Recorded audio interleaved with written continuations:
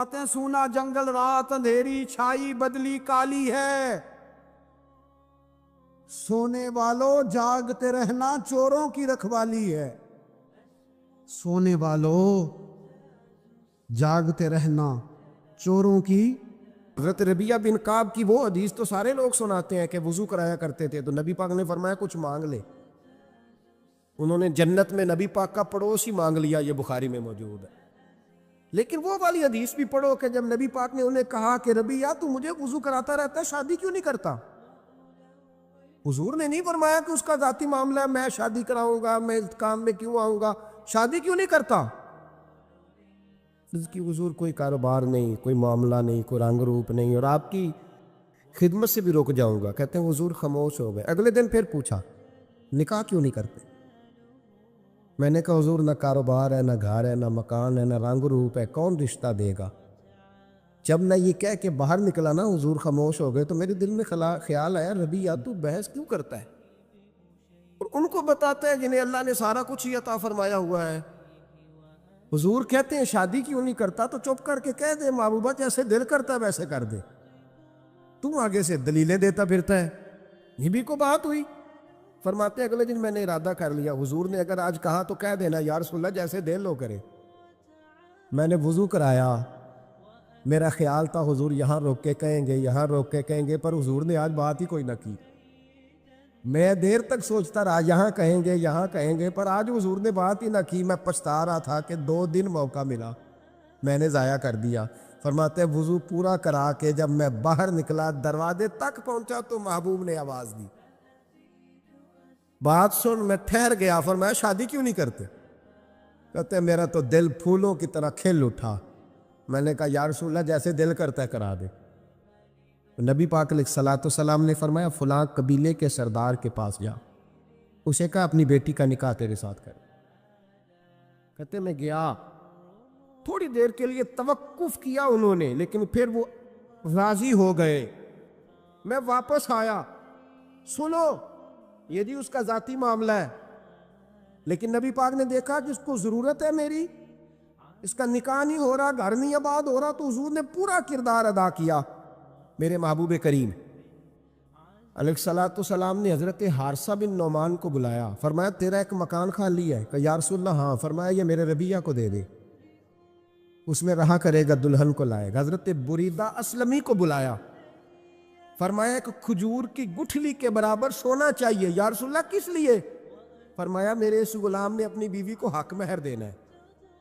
حضرت سیدنا عثمان غنی کو بلایا، تیسرے صحابی، فرمایا ایک مینڈے کا بندوبست تو نے کر کے دینا ہے۔ حضور کس لیے؟ فرمایا میں نے اپنے غلام کا ولیمہ کرنا ہے، بکرے کا بندوبست کر۔ ساری تیاریاں کر کے دیں۔ حضرت ربیعہ کہتے ہیں جب میں دلہن بیاہ کے گھر لایا تو میرے دوست یار رشتہ دار مبارک دینے آئے، کہنے لگے تیری کیا بات ہے، شادی بھی اعلیٰ خاندان، ولیمہ بھی، اور کھجور کی گٹھلی کے برابر حق مہر بھی۔ تو حضرت ربیعہ رو پڑے، فرمانے لگے میں تو کالا کلوٹا حبشی غلام تھا، سلام بھی کوئی نہیں لیتا تھا، مجھے مبارک نہ دو، میرے مصطفیٰ پہ درود و سلام پڑھو۔ یہ سارا حضور کا کرم ہے۔ کہتے ہیں اس کا ذاتی معاملہ ہے، بھئی سارا دن تیرے ساتھ رہتا ہے، اٹھتا ہے بیٹھتا ہے، تیری نوکری کرتا ہے، تو نے کبھی پلٹ کے دیکھا ہی نہیں، تو نے کبھی اشک شوئی نہیں کی، تو نے اتنا ٹائم ہی نہیں دیا کہ تیرے کندھے پہ سر رکھ کے رو سکے، تیری توجہ ہی نہیں۔ نبی رحمت علیہ السلام دائیں بائیں والوں آگے پیچھے والوں کا خیال رکھتے، جہاں جس کو ضرورت ہوتی حضور اس کی ضرورت میں پہنچتے، اشک شوئی کرتے، نبی پاک پیار کرتے۔ کہتے ہیں اس کا ذاتی معاملہ ہے، میں کیا کروں؟ سنو حضرت جابر بن عبداللہ رضی اللہ تعالیٰ عنہ کے جو والد تھے نا حضرت عبداللہ بن عمر رضی اللہ تعالیٰ عنہ، وہ اعلیٰ ترین احد کے شہید ہیں کہ نبی پاک فرماتے ہیں رب کریم نے خود ان سے گفتگو فرمائی ہے، خود ان سے گفتگو کی اللہ تبارک و تعالیٰ نے۔ حضرت جابر بن عبداللہ کے والد عبداللہ بن عمر احد میں شہید ہو گئے، 6 یا 10 مہینے تھی ان کی، قرضے چڑھ گئے، کاروبار میں نقصان ہو گیا، لیکن حضرت جابر کہتے ہیں اتنا قرضہ چڑھ گیا کہ ایک بال میرا قرضے میں ڈوب گیا۔ قرضے بڑے دینے تھے، مقروض آتے، تنگ کرتے۔ خود نبی کریم علیہ السلام نے فرمایا ہے کہ جو مقروض ہوتا ہے وہ قیدی ہوتا ہے، جب تک قرض دے نہیں لیتا اتنی دیر تک وہ آزاد نہیں ہوتا۔ حضرت جابر ابن عبداللہ کہتے ہیں میرے باغ میں کھجوریں پکی تھی، یہ بخاری میں بھی ہے، کنز العمال میں بھی ہے، ابن کثیر میں بھی ہے، امام حلبی نے سیرت حلبیہ میں بھی لکھا ہے، بیسیوں درجنوں کتابوں میں آپ کو روایت ملے۔ فرمانے لگے کھجوریں جب میری پک کے تیار ہو رہی تھی تو مقروض جب پیسے لینے آتے تو میں کہتا قرضے یہ کھجوریں پکتی ہیں تو دیتا ہوں۔ یہ ہم پنجاب کے لوگ کیا کہا کرتے تھے، ہاڑی سونی جی، یہاں چاول کی فصل پہ یہاں گندم کے، ہم نے تو کپڑے لیے ہوتے تھے ادھار دکانوں سے کہ فصل پکتی ہے تو پھر دے دیتے ہیں، کہ کھجوریں پکتی ہیں تو دیتا ہوں۔ فرماتے پتہ مجھے بھی تھا کھجوریں زیادہ تھوڑی ہیں اور جن کے پیسے دینے ہیں وہ پیسے، فرماتے ہیں کھجوریں پک گئی، اتاری تو یہ تو 11 گنا بھی اور ہو تب بھی قرضہ نہیں اترتا۔ کہتے ہیں میں نے دوستوں سے، یاروں سے، رشتہ داروں سے، وہ جو کہتے ہیں نہیں کوئی حکم ہوا تو بتانا، میرے رسول کائنات علیہ السلام کے صحابی کہتے ہیں سب سے کہا پر کسی نے نہ سنی، جب میں تھک گیا نا تو میں دروازہ رسول پہ چلا گیا، یا رسول اللہ، یا رسول اللہ، یا رسول اللہ، حضور قرضے زیادہ ہیں، کھجوریں کم ہیں، یہودیوں کے پیسے ہیں وہ مانتے نہیں، نبی پاک نے فرمایا ان سے کہو تھوڑے تھوڑے لے لیں باقی پھر دے، حضور نہیں مانتے۔ حضور کہہ سکتے تھے سلمان جاؤ بات کر کے آؤ، جاؤ بلال، صہیب جاؤ، کون جاتا ہے مقروضوں کی سفارش کرنے؟ کہتا ہے بھائی میں نہیں بیچ میں آؤں گا، اتنے پیسے اوہ ہو، میں اپنے موبائل فون بند کر جاتے، کو پوچھے نہ۔